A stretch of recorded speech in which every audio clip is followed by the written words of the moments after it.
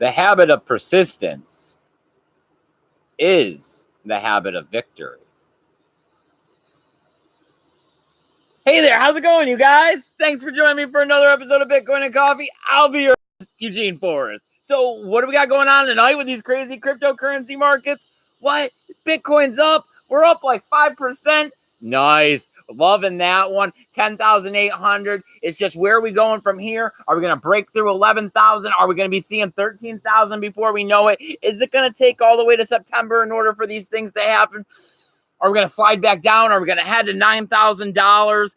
Do we need to retrace a little bit? Do we got to fill some gaps and all these other different things that technical analysis could be telling us in order before we go to all new highs with these institutional investors and backed right around the corner opening September 23rd? And I mean, we're hearing from Coinbase about that institutionals pumping $200 to $400 million.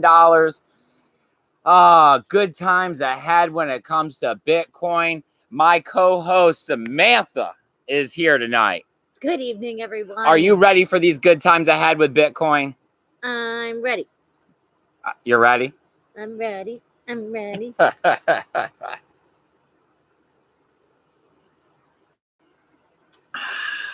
Some good coffee tonight. Well, you made it, so hey. I guess I know how to make a good cup of coffee then. There you go. Well, we've had the last two episodes have been pre-recorded with interviews. We had Josh. The sound was a little messed up on that one. That's my fault. I'm going to take the hit for that one. My bad, people. I should have turned off the desktop audio when we recorded it, so it was recording the same audio twice. Little auditorium, like, emptiness going on, yeah. But it was good. It was a good interview. Yes, it was. It really broke down a lot of the safety steps that could be and you would possibly wanted to use if you were going to purchase something off a dark market based on how much you're purchasing, what you're exactly doing, how deep and thick you're in it.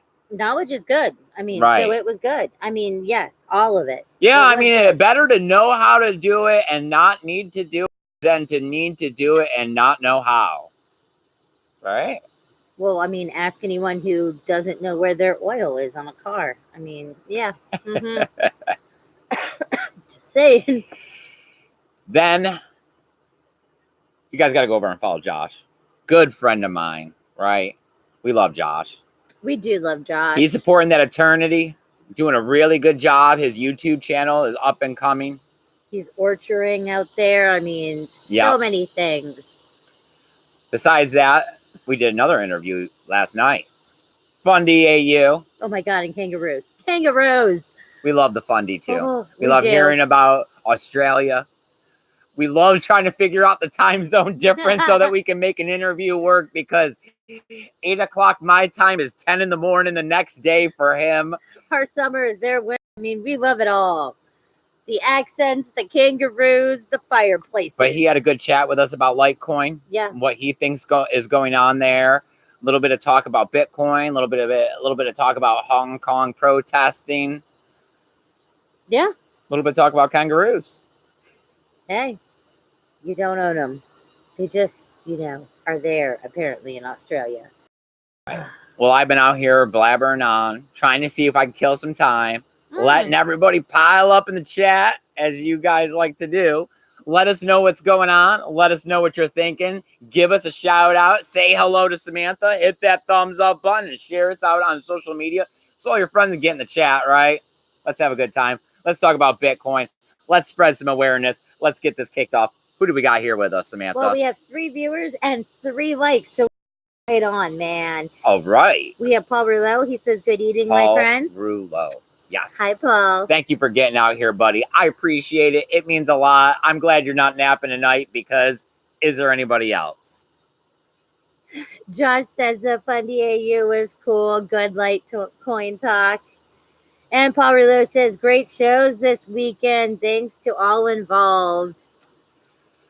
I feel bad that the sound is off on that one. I'm kicking myself for it. But besides that, I think that they were good interviews. I think real people with real talk. Yes. And that's hard to come by. Nobody was selling nothing. No one was trying to get you to come over and do anything. We were just real people from different places in the world talking about what we think is going on. I mean, I am happy that at least it was not literally like the radio double echo thing. It just really sounded like he was in like vacant auditorium. Like, okay, that was at least not as bad because, yes, the double echo, you can't even understand what they're saying. Josh says, I drifted off on the dark web show with how not to get scammed. No, I mean, I don't know. Every time, when you look back, man, there's always stuff. That's why I don't even like, Eugene likes to watch the day or two or that day's show like after just to be like, oh, so did it go well? Did it flow well? I don't even like to do that because, I mean, once you start looking back, you just start nitpicking. You just start being like, oh, did I say that? Oh, was that how I phrased that? You know what? I meant that. I think everybody's coming now. Yeah, we just got push notification for Bitcoin and Coffee. Awesome. You guys. I got a new phone, guys. A snazzy one. So hopefully everybody will be kicking into the live stream right about now. If you guys are just joining us, please go ahead, hit that like button so everybody else will be able to find us. Comment in the chat. Let Samantha know that you're here so we can get a good conversation going. All right. So we got 3 news pieces. Actually, the last one's kind of a double piece because they're both a little bit. So 4, I guess. Okay. 3.5. The first one, let's talk about it. All right. We got @Bitcoin on Twitter. It's been kind of big news today. A lot of people have been speculating about this one. They're changing things up. Apparently, they deleted a whole bunch of Bitcoin Cash posts. Okay. All right. They had like 200 Bitcoin Cash people, public figures that they were following, and cut that back to 75. Ooh. Okay. A little bit more than half. The white paper, Satoshi's white paper for Bitcoin was linked to at bitcoin.com, Roger Ver's site, even though Roger Ver claims that he does not own at Bitcoin. Yes, and he can't really influence it. And yes. Right. In the wild. Well, now it's switched to bitcoin.org. So it seems as if at Bitcoin has come back to our side. But there is no reason for why. Right, like they haven't said a reason. Okay. Now, why is this important? Well, they have over 1 million followers. When you first start getting into Bitcoin, awareness, adoption, all these things that, what I love, side tangent, I love that I'm always talking about awareness and adoption being the big key factors in making cryptocurrency work. It seems like all week long, that's all everybody's been saying. And it's like, I'm glad you guys are finally catching up to me here. It's like, I may not be the smartest person out here, but let me tell you, I do know a little bit about supply and demand. And we need more people in this cryptocurrency. And the fact that it has something for everybody out there and empowers them is a win-win. So we just got to teach them about it. And they're going to want to get involved. So, all right. So back to where we were. Think about schools, okay? Like it became that not one dude in our village needs to know how to read and write. Way more people need to know this skill. Same concept. So back here at Bitcoin on Twitter, with over 1 million followers, people tend to go there. People tend to follow it. People tend to look to it for advice. They're also a lot more flashy. Than actual Bitcoin. On Reddit, people are speculating. As we do here. Speculate. As we do here in the cryptocurrency space, we like to talk. So we're looking at, it could be hacked. They could have sold it. Jack Dorsey himself could have went and got involved.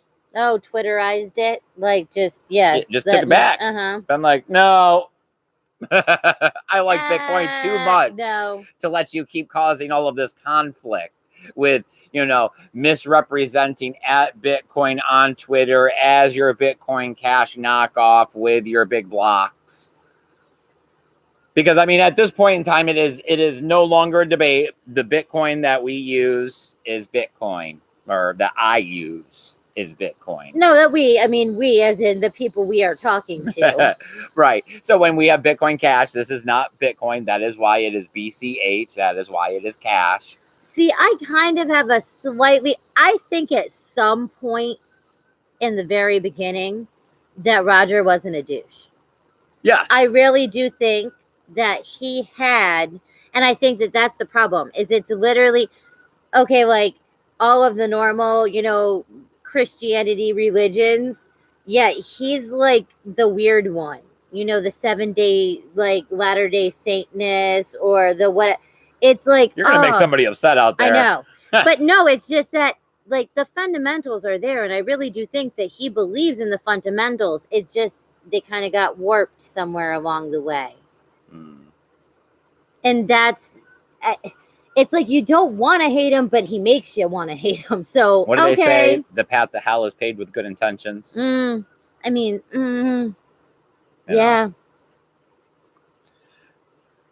All right. Josh says, was it the Twitter CEO who likes Bitcoin pulling the strings? Jack Dorsey. Possibly. I see that you both have the puppet master theory going. I mean, we could be seeing Lightning integration into Twitter down the road here. I mean, that is like... Oh, that'd be like so mind-blowing. Like, I mean, if there was a way that I could gamble on that one, I'd bet some money. I'd be putting at least a quarter of a Bitcoin on it. I mean, I know I had no money today, and I bet that one of these housekeepers weren't going to show up, and they didn't. So, I mean, yeah. Come on, roll the dice, people. I don't know. It's a good day. The price of Bitcoin's up. We're moving sideways well, it's kind of sideways because we're still under that 13,000. Are we going to break it? Right. That's what everybody really wants to know. They're all still stuck on the financials. This year's been positive, right? It's been a lot more positive than last year. So it's just, I don't want to rush it. Too much of a good thing and it's over quickly, right? You want to draw this out. So, I mean, some sideways action, right here at 11, that'd be fine. Let's get over 13 by the end of September. That'd be awesome.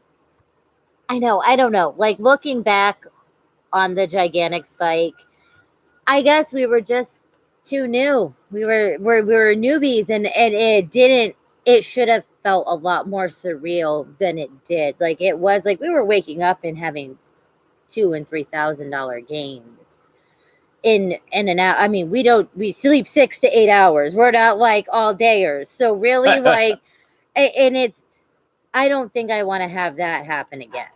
I do want it to be at least more. I think I'd be a lot more nervous this time around. Yes, like that. That we didn't have that panic, like paranoid. That you really should.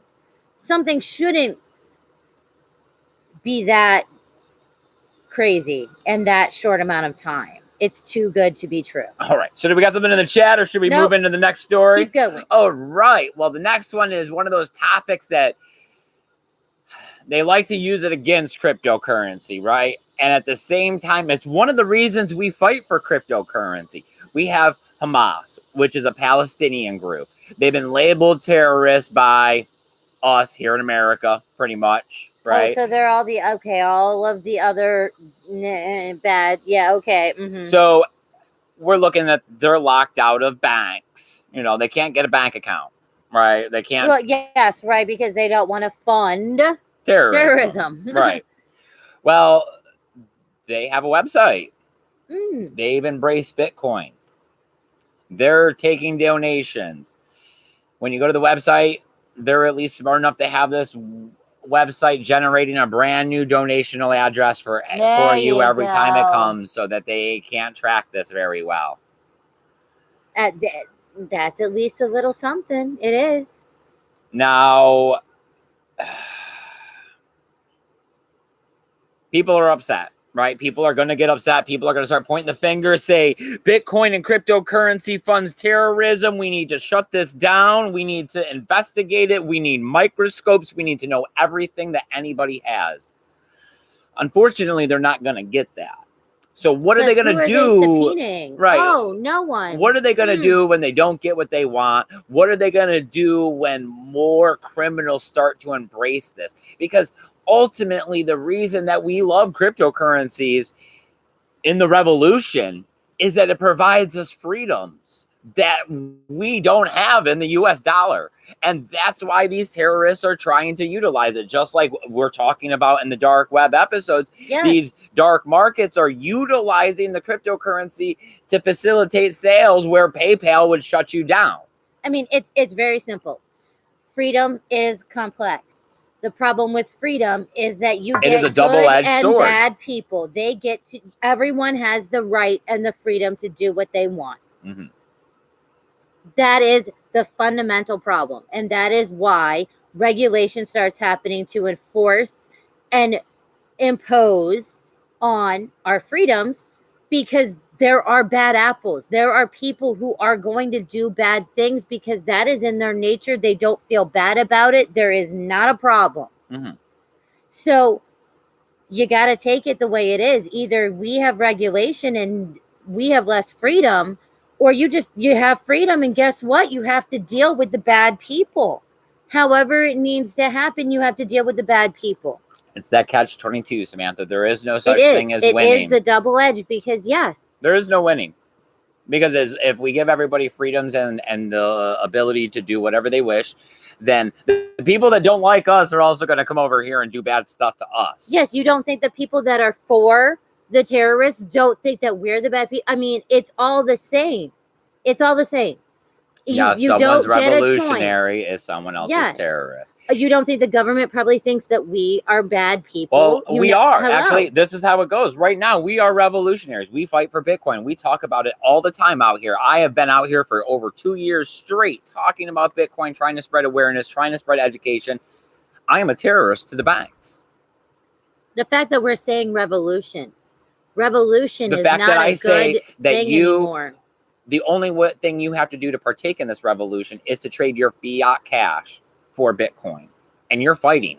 Now you're fighting. You're part of this. You are fighting by not participating and still being able to live your life and buy the things that you need to survive. There is modern day slavery. It's just not shackles. It's called debt. No, it is the rat race. Okay, it is the fact that you have to keep that job that you hate to pay those bills, because you know it is not a means to an end and you don't have a choice. All right. Does anybody got anything to say? Because, of course, when you get us talking about how bad the dollar, we go forever with this one. Okay, so, James Benhart says, coin mine. James, nice to see you out here, my man. He says, coin mine. One miner has a node built in along with the Lightning Network. I just read that is a good idea to have one miner when Bitcoin skyrockets one day. It cost $800. I mean, that's kind of a hefty chunk of change, but it would be nice. I mean, that is you're getting to piggyback off. Yes. I mean, you're doing it all. I mean, as you're running the miner and running the Lightning Network on top of it, I mean, you're going to be running a node as well. You got it all. You're like central hubbing it. Like, yes. Yeah. Yeah. You're processing. You're validating. Right. You are definitely participating. Okay, Paul Rouleau says they do what they always do. Ban it for us. The criminals will continue to do their thing. Yes. I mean, sadly, it's like the Jurassic Park where life will find a way. I mean, bad people find a way. Good people find a way. That you find a way. Whatever your motivation is, that is human nature. You want to strive. It's just that there's going to be a breaking point where, as adoption occurs and the education curve happens and generalized society becomes aware of Bitcoin and cryptocurrencies,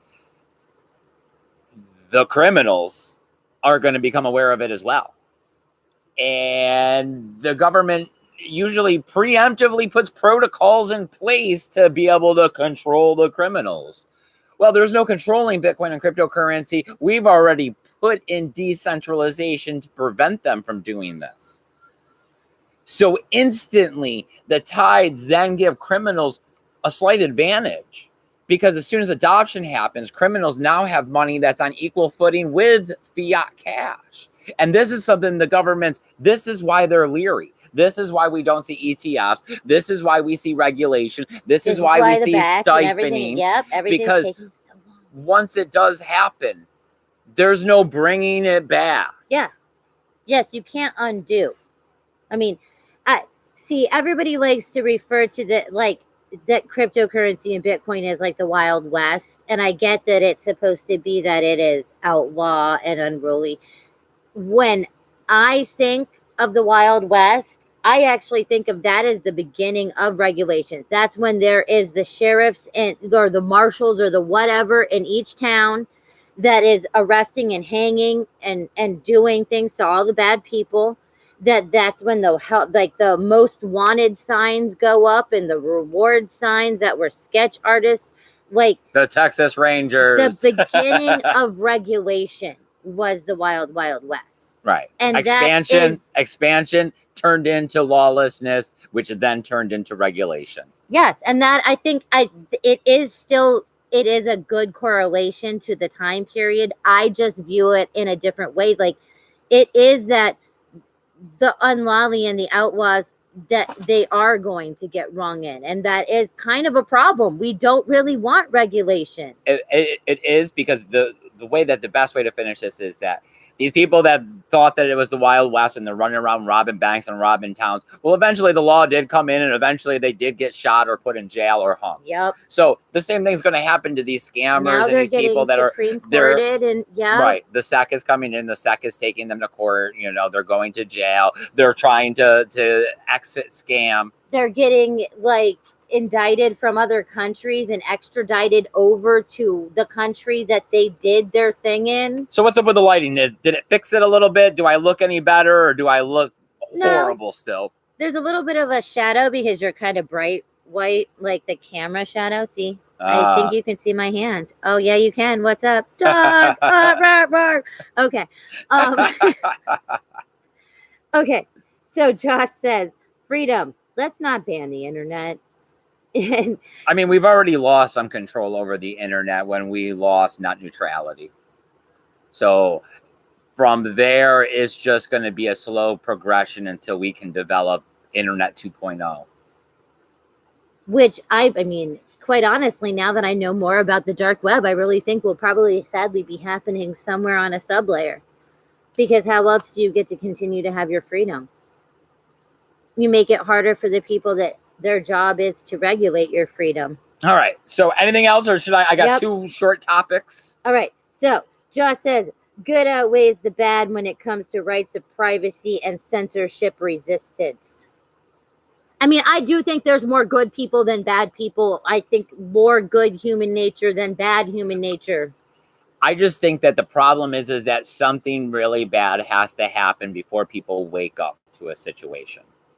Yes, like literally right, most of the U.S. population would need to become homeless, like within a span of 2 months or something, for everybody to really be like, oh my God, our money's worth nothing. Well, supposedly we have another recession on the horizon. Yes, so, and 2008 ones was a big deal. Hopefully we can wake some people up. Right? That's the best we can hope for, is that we got a ship here, right? We got our ark. Yep. Let's see if we can't let's see if we can't load some more people up over here on the cryptocurrency and they can get off that sinking ship. They can watch out for those floods. There is a rainbow. It's just golden. All right. Oh, Paul Relo says, I fear that New York model will be adopted nationally. That would be horrible. Not saying you'll have to tell us how to skirt it, wow. my man, because I know that you got those tricks. VPNs for everyone. Wow.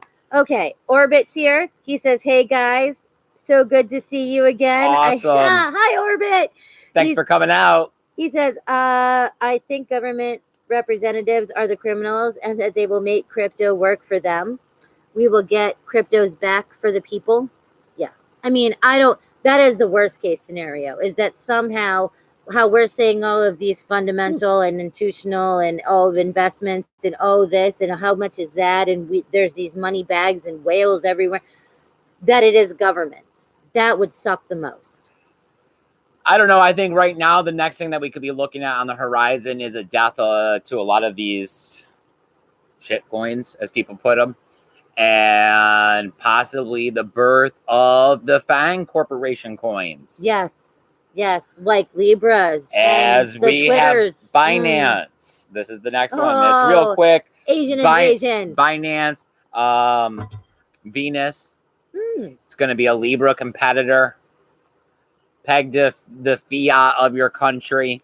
I mean, I don't really see it going over any better than Libra did. I mean, we're hearing of MasterCard trying to put a cryptocurrency team together. I mean, now it's an arms race, right? It's a crypto race for these FANG corporations to try to put a team together, understand it, develop a product, and get it out into the real world and start trying to pay for adoption to happen with it. Well, I know that governments are going to be getting involved and trying to slow the pace of it, but I know that when these FANG corporations want to get something done, we all better step back, because this is going to be happening one way or another. It's just, I mean, I want to keep my Bitcoin and sit on the sidelines and watch this stuff blow up on the launch pad over here. But I also don't want to see friends and family and the people I care about somehow or another lose their privacy or financial rights while getting involved with this. Ooh, yeah, because mosquitoes are building up on my ankles are awesome. I know, now. Right? We got to buy some more bug spray. I went to go use that can and it was just nothing. It went, I was like, damn. Yep. That's what the woods does for you, especially with spotlights. And I mean, it's been raining for 5 days. Awesome. It's all right. I'm just about done over here. The last one I got, I guess, is real quick. It's just that Vitalik is talking about Ethereum getting full.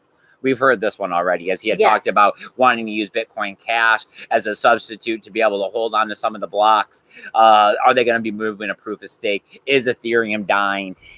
Something to be thinking about. Something to think about, how something needs to happen, or else they are heading down a road of inevitability.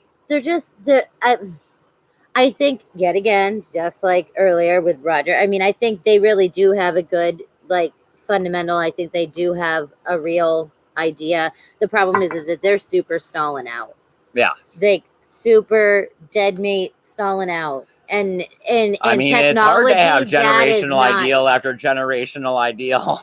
I mean, that'll kill you. That will kill you. It will. I mean, in technology, that will not. I mean, who's going to wait around for the next Apple phone or the next this or that if it takes 5 years? No one.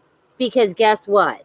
All right, so man, these mosquitoes are getting me bad. What do we got going on over there? We're good. No one is talking on the thingy, and we're at 27 talking. minutes. Oh, come on. I thought you guys want to watch these mosquitoes eat the crap out of me.